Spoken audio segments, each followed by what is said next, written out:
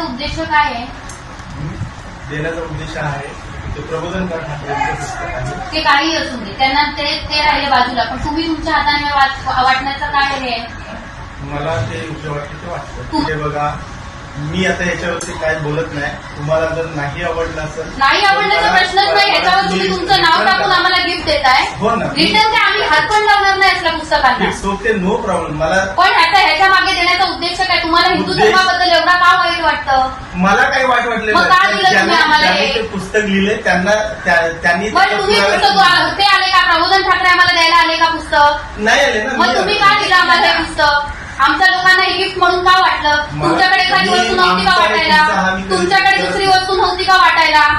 मी तुम्हाला भगवद्गीता देते, तुम्ही इथे बसून वाटणार ना? घेणार ना? तरी पण मी हे नाही घेणार, कारण त्यामध्ये भगवद्गीतेमध्ये चांगले सुविचार आहेत. ह्याच्यामध्ये सगळं हिंदू धर्माबद्दल वाईट लिहिलेलं आहे. ठीक आहे, हरकत नाही. तुम्हाला वाटते मी माफी मागावं. मला मी सगळ्यांना माझं समजते, त्याच्यामुळे तुमच्या भावना दुखवल्या असं मी सगळ्यांच्या समोर माफी मागतो. अजून काय? बस. आणि मला तुम्हाला एक एवढं सांगायचंय, तुम्हाला हिंदू धर्माबद्दल एवढं आहे ना, हिंदू धर्मावाल्या मुलींकडून तुम्ही सेंड ऑफ घेऊ पण नका.